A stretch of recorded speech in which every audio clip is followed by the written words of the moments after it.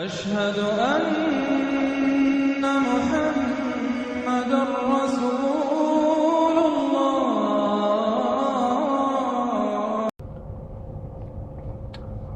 नाज़रीन इकराम, अस्सलामु अलैकुम रहमतुल्लाहि व बरकातहू। आज 19 जुलाई 2024 है।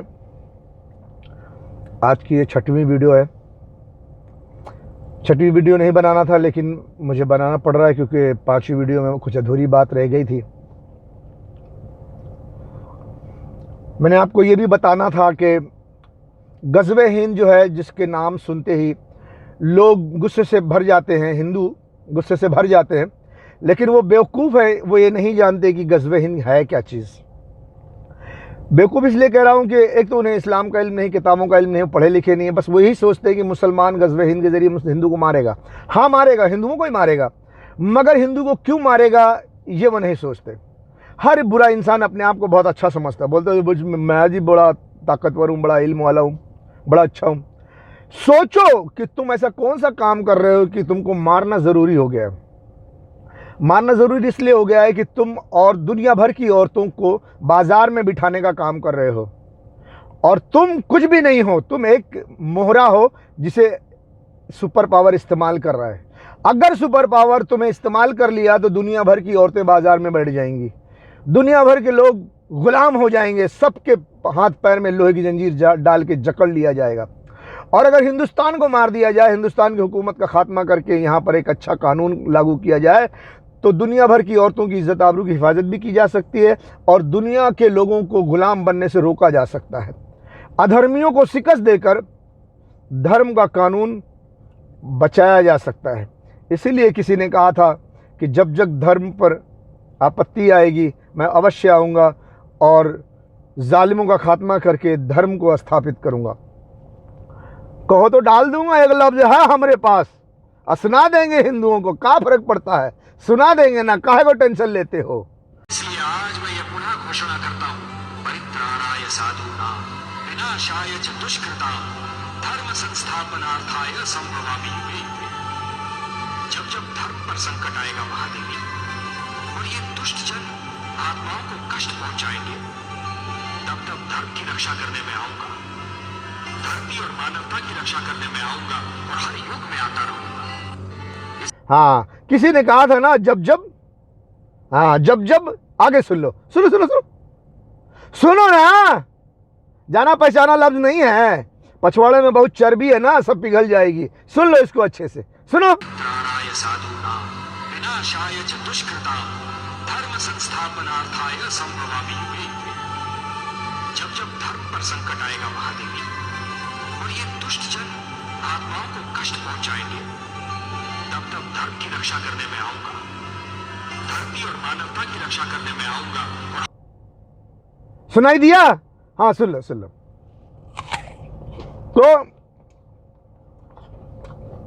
मेरे दोस्तों, हिंदू मुसलमान सिख ईसाई सभी, ग़ज़वे हिंद ज़रूरी है यहाँ पर, क्योंकि ग़ज़वे हिंद के ज़रिए अधर्मियों का सबसे बड़ा प्लान जो ये है कि दुनिया के लोगों को गुलाम बनाना, उनके लोहे की जंजीर में जकड़ कर उनको अपनी मर्जी से काम देना, अपनी मर्जी से गुलामी करवाना, उनको रोटी देना, बस खाओ और गुलामी करो, और दुनिया भर की औरतों को ले जाके उनके बाजार में बिठा देना, उनके बिस्तर पे सुला देना। ये प्लान है। ये प्लान 24-25 में जब वो हिंदुस्तान पाकिस्तान पे हमला करेगा तो उनका प्लान पूरा हो जाएगा। अगर वो पाकिस्तान पाकिस्तान को ईरान को मारने में कामयाब हो गया तो, हिंदुस्तान अगर पाकिस्तान ईरान को मारने में कामयाब हो गया तो सुपर पावर कामयाब हो जाएगा दुनिया को गुलाम बनाने में और दुनिया की औरतों को बाजार में बिठाने के लिए। फिर कोई ताकत उनको रोक नहीं सकती। यहीं पर है ग़ज़वे हिंद।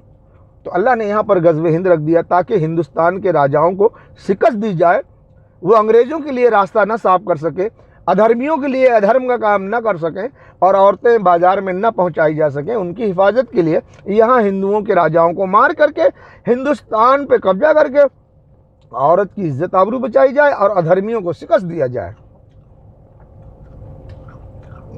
यहाँ पर उसके बाद फिर धार्मिक और अधर्मी के बीच जंग होगी। नास्तिक और अनास्तिक क्या बोलते हैं, ऐसे गुड एंड बैड, जैसे कि नास्ट्राडामस ने भी कहा है कि गुड एंड बैड के दरमियान जंग होगी, गुड एंड डेविल के बीच जंग होगी, धार्मिक और अधर्मी के बीच में जंग होगी। तो उसमें नास्ट्राडामस ने कहा भी है कि धार्मिक जीतेंगे, अधर्मी हारेंगे। मैच कर लो, मैच कर लो। धार्मिक कौन है?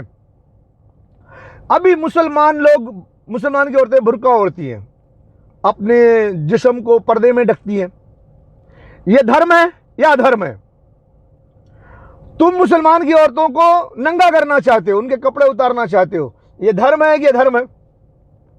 अधर्मी जो है वो औरतों को नंगा करना चाहते हैं, और धार्मिक जो है वो औरतों को शर्मया का जेवर पहनाता है। अंदाजा लगा लो। हिंदुस्तान में गरीबों के घरों पे बुलडोजर चल रहा है, गरीबों की दुकानों पे बुलडोजर चल रहा है, नाटक किया जा रहा है, ये इलीगल है, इलीगल है, अधिकरण अधिकरण अधिकरण। मैं किसी भी धर्म के आधार पर पूछता हूं कि कौन से ऐसे धर्म में है जो गरीबों के घरों को छीन लिया जाए, गरीबों से उनका घर छीन लिया जाए, गरीबों के घरों पे बुलडोजर चला दिया जाए, गरीबों की रोजी रोटी की जगह पर दुकानों पर बुलडोजर चला दिया जाए?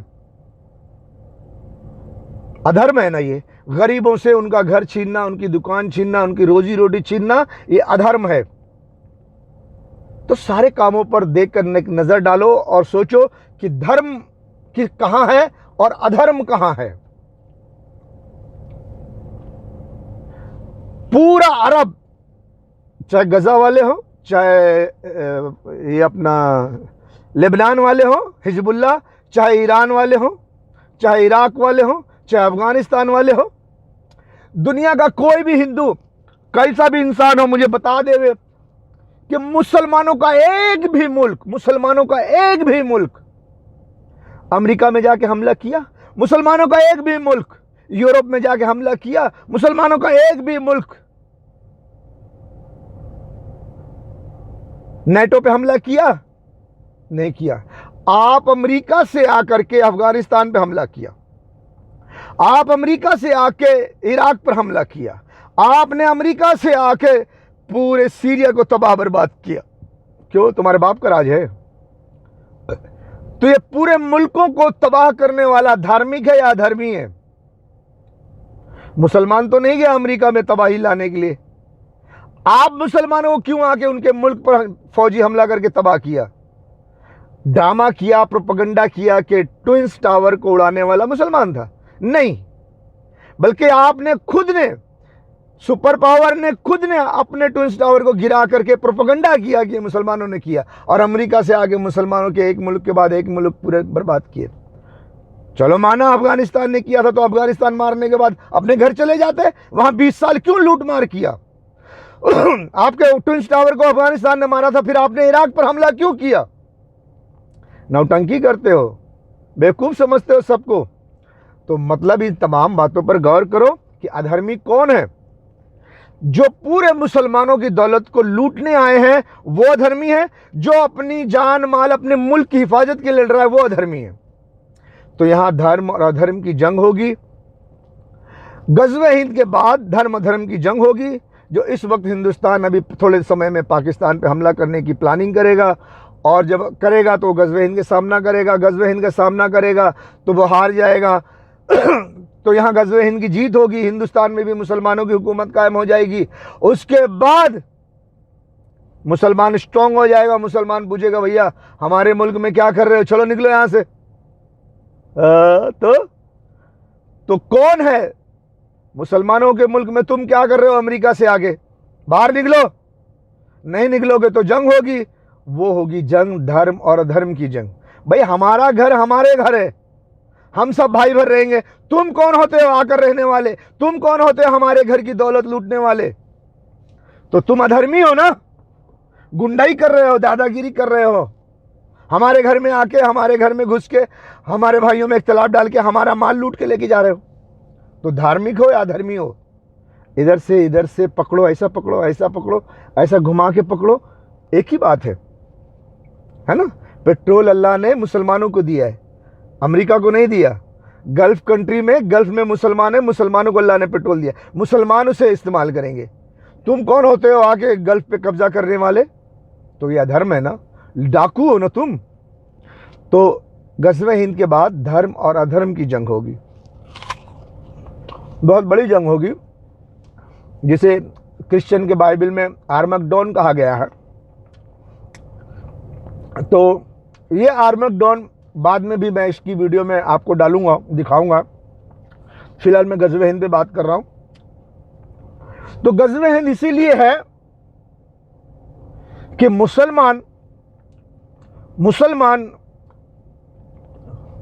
मुसलमानों पाकिस्तान पे हिंदुस्तान हमला करने जाएगा तो पाकिस्तान जवाब देगा, तो यही गज़वे हिंद हो जाएगी और हिंदुओं पे कब्जा कर लेगा। तो गज़वे हिंद की शुरुआत कौन कर रहा है? हिंदू कर रहे हैं। हिंदू क्या कर रहे हैं? गज़वे हिंद की एक निशानी बता रहा हूं मैं एक गज़वे हिंद की यहां से एक निशानी बताऊंगा। गज़वे हिंद उस जंग के बिल्कुल मुशाबा है जो जंग अल्लाह के नबी सल्लल्लाहु अलैहि वसल्लम ने की थी मुशरिकीन मक्का से। मुशरिकीन मक्का से जब मक्के फतेह हुआ था तो उससे पहले मुसलमान बहुत कमज़ोर थे और मक्के वाले बड़े ताकतवर थे। ठीक आज की तरह मुसलमान बहुत कमज़ोर है, लेकिन हिंदुस्तान ताकतवर है, क्योंकि हिंदुस्तान के सर पे सुपर पावर का हाथ है। इस वक्त पाकिस्तान की हालत देख रहे हो, सारी दुनिया देख रही है। हिंदुस्तान का एक बच्चा जानता है पाकिस्तान में खाने के लिए आटा नहीं है, नून तेल लकड़ी नहीं है, कुछ नहीं है। वो साले खुद ही आपस में लड़ रहे हैं, वो साले खुद ही अमेरिका की गुलामी कर रहे हैं। हर पहलू से सोच लो, पाकिस्तान एकदम कमज़ोर है। तो हिंदुस्तान जब हमला करेगा तो पाकिस्तान का चुटकी बजा के उड़ा देगा, इतना कमज़ोर है ना। इसी तरह मुसलमान कमज़ोर थे। मुसलमान नए हुए थे नबी सल्लल्लाहु अलैहि वसल्लम के ज़माने में, थोड़े से मुसलमान थे। बदर में 313 मुसलमान थे। कहाँ 313 मुसलमान और कहाँ मुशरिकीन मक्का कई हज़ार तादाद में, तकरीबन 3-4 हज़ार की तादाद में थे, उससे भी ज़्यादा थे। गज़वे उहद में 3,000 गए थे, मुसलमान हार गए थे। लेकिन फिर भी जो भी है, मुसलमान बहुत कम थे तादाद में, बहुत कमज़ोर थे। किसी के पास तलवार थी, किसी के पास ढाल थी, किसी के पास ढाल थी तो तलवार नहीं, अलग अलग टाइप के थे। मुसलमान कमज़ोर थे। लेकिन उसके बाद जो अल्लाह के नबी सल्लल्लाहु अलैहि वसल्लम ने मुशरिकीन मक्का पे हमला करके मक्का फतेह किया, तो नबी सल्लल्लाहु अलैहि वसल्लम की तरफ से हुक्म कर दिया गया था कि हम तीनों दरवाजे से दाखिल होंगे। हम मक्के को फतेह करेंगे और मक्के के तीनों दरवाजे से दाखिल होंगे। जो कर सकते हो कर लो। मैं आपको ये फिल्म डाल दूंगा। ये जो निशानी है ये गज़वे हिंद के हूबहू है। इसी तरह गज़वे हिंद के मुतालिक से, गज़वे हिंद का नाम नहीं है, लेकिन हिंदुस्तान के एक हिंदू पंडित ने अपनी भविष्यवाणी में कहा है, संत रविदास जी ने कहा है कि हिंदुस्तान में 3 तरफ से हमला होगा, 3 तरफ से हमला होगा, 3 तरफ से। इसी तरह मक्के में कह दिया था कि मक्के के तीनों दरवाजे से मुसलमान दाखिल होंगे। उस वक्त मक्के में भी 3 दरवाजे थे। इसी तरह आज भी हिंदुस्तान 3 तरफ से माना गया है। एक तरफ पाकिस्तान है, एक तरफ नेपाल से चाइना है, और तीसरी तरफ पूरा पानी है, समंदर है। तो दाहिने बाएं और नीचे समंदर, ये 3 तरफ से भी, तीनों तरफ से भी हिंदुस्तान पे हमला होगा। जैसा कि संत रविदास जी ने कहा है 3 तरफ से हमला होगा। तो उनकी दोहा में, उनकी कविता में ये बात है। मैं आपको एक छोटा सा दिखा दूंगा, इधर वो भी पढ़ दूंगा, आप देख लेना। तो 3 तरफ से हमला होगा और हिंदुस्तान जो है ना वो शिकस्त खाएगा। और बिल्कुल हूबहू यही निशानी मक्का के लिए है कि नबी सल्लल्लाहु अलैहि वसल्लम ने फरमाया कि तीनों तरफ से हम आएंगे। और इसके अलावा भी मुशरिकीन मक्का के भी बहुत सारे दोस्त थे, मुशरिकीन मक्का के बहुत सारे दोस्त थे जो ताकतवर थे। लेकिन जब मक्के फतेह हुआ तो उनका कोई भी दोस्त उनका काम नहीं आया।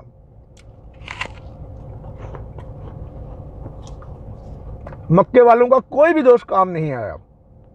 इसी तरह आज हिंदुस्तान के भी बड़े बड़े दोस्त हैं। हिंदुस्तान का दोस्त रूस है, हिंदुस्तान का दोस्त सुपर पावर है, उनके सारे सहयोगी। पूरे यूरोप में मोदी जी का डंका बज रहा है।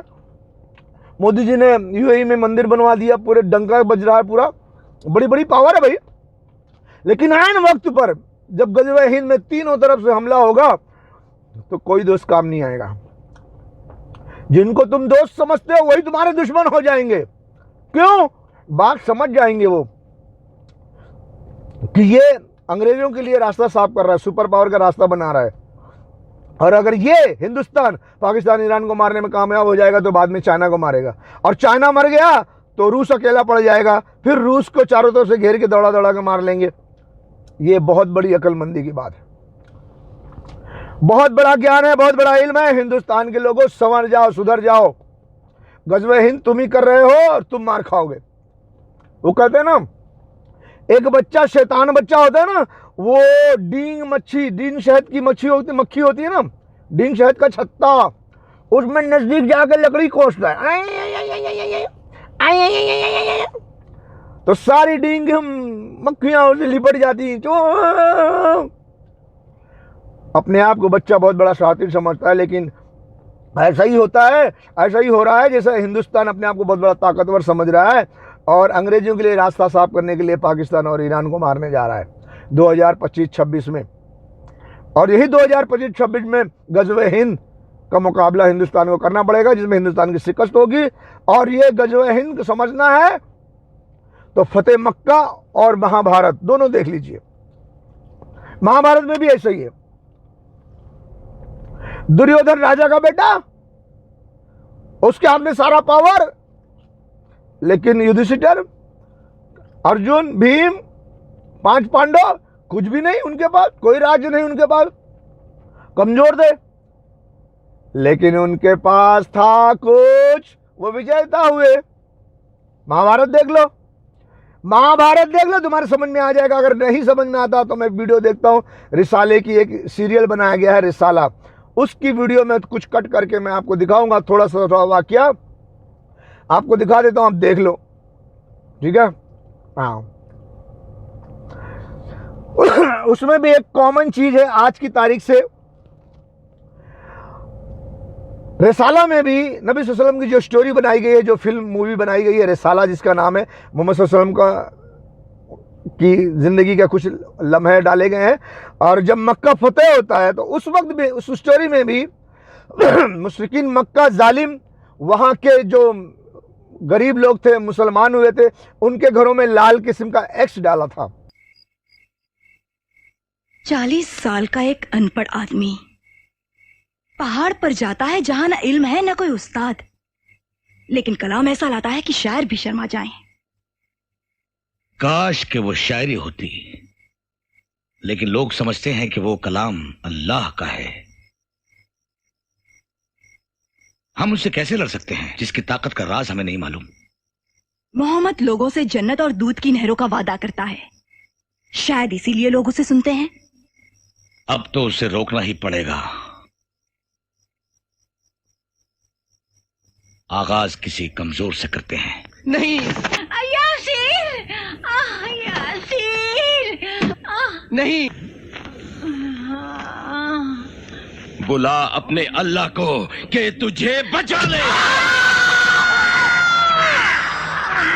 ये नहीं चलेगा, नहीं चलेगा। मोहम्मद ने हमसे कौम को तो छीना ही था, अब दोस्त भी छीन लिए। ठीक है, तंग कर देंगे उस पर मक्का। कौन बचाएगा उसे? अबू तालिब।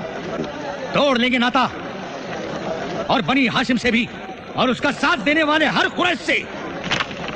मोहम्मद से हर तरह का लेन देन बंद। खाने में ना उनका हिस्सा, ना उनके साथियों का। उनसे शादी ब्याह भी नहीं करेंगे हम। उन्हें यहां से घाटियों की तरफ भगा देंगे हम। लोग बेजार हो जाएंगे इस दीने मोहम्मद से।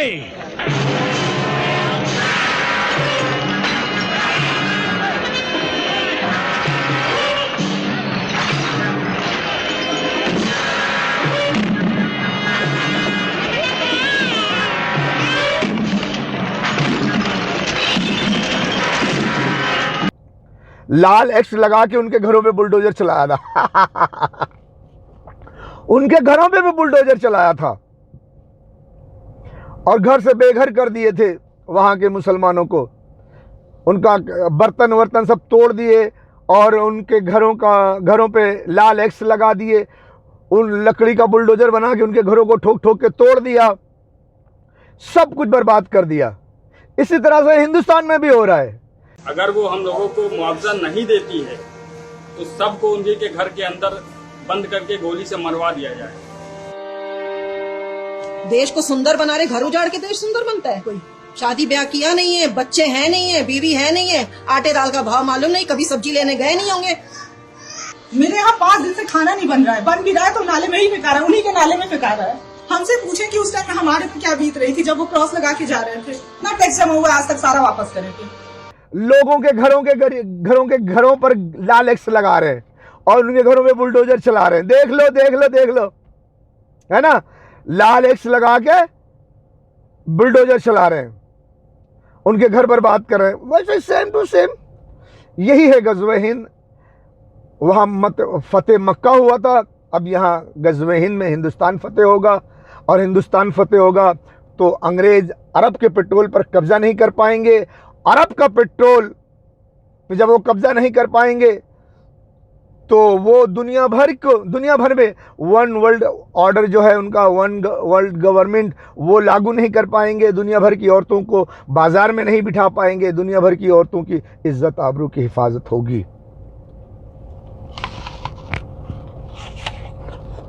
एप्पल खाना खाओ यार, नहीं खाओ तो खाओ, कोई बात नहीं, मत खाओ, हमें तो खाने दो। खामखा बोलते हो, ना खाएंगे ना खाने देंगे, प्रोपेगेंडा करते हो, खुद भी खाते हो, औरों को भी खिलाते हो और अंग्रेजों को खिलाते हो। हिंदुस्तान से न जाने कितने लोग, जालिम लोग, कितनी औरतों को कंटेनर में भर भर के भेज दिए यूरोप में। अधर्मी है ना वो, धार्मिक है। गुजरात से 41 लाख औरतें बाजार में बेची गई हैं, दुनिया भर में भेजी गई हैं, 41 लाख से ज्यादा। मैंने सिर्फ राउंड फिगर पकड़ा, 41 लाख। वीडियो मेरे पास दिखाया था किसी ने, मैंने वीडियो देखा, बाद में मुझे लगा हाँ सही। अरे धर्मियों, औरत की इज्जत आबरू से खेलने की कोशिश ना करो, खत्म हो जाओगे। और हिंदुस्तान की औरतों, हिंदुस्तान की मुसलमान कौम की बेटियों, याद रखो तुम्हारी इज्जत आबरू के लिए मैं लड़ रहा हूं इतना। और मुझे गाली मत देना, हो सके तो मुझसे मोहब्बत करना, प्यार करना, मत करना मुझे कोई क्या फर्क पड़ता है।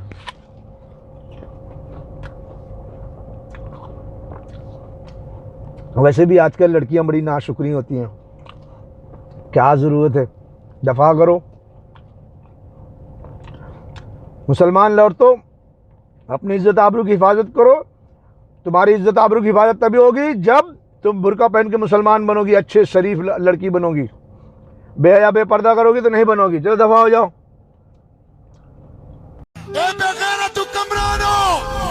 इन लाशों को, गोश्त के टुकड़ों को देखकर तुम्हें गैरत क्यों नहीं आती? तुम कैसे सोते हो, तुम कैसे पीते हो, तुम कैसे खाते हो, तुम कैसे जिंदगी गुजारते हो? ए बेगैरतो, ए जर्देलो, ए हुक्मरानो, तुम कब जागोगे, कब जागोगे? वो बेचारे फरियाद कर रहे हैं, बुला रहे हैं तुम्हें। कोई हाफिज कुरान आर्मी चीफ साहब रसूलुल्लाह की उम्मत कट रही है, लोग उनके आज़ा के टुकड़े चादर में समेट रहे हैं। तुम अपने एटम बम और मिसाइलों के साथ तमाशा देख रहे हो। हमसे बर्दाश्त नहीं हो सकता, हम ये नहीं देख सकते, हम ये बर्दाश्त नहीं कर सकते। जुर्रत करो।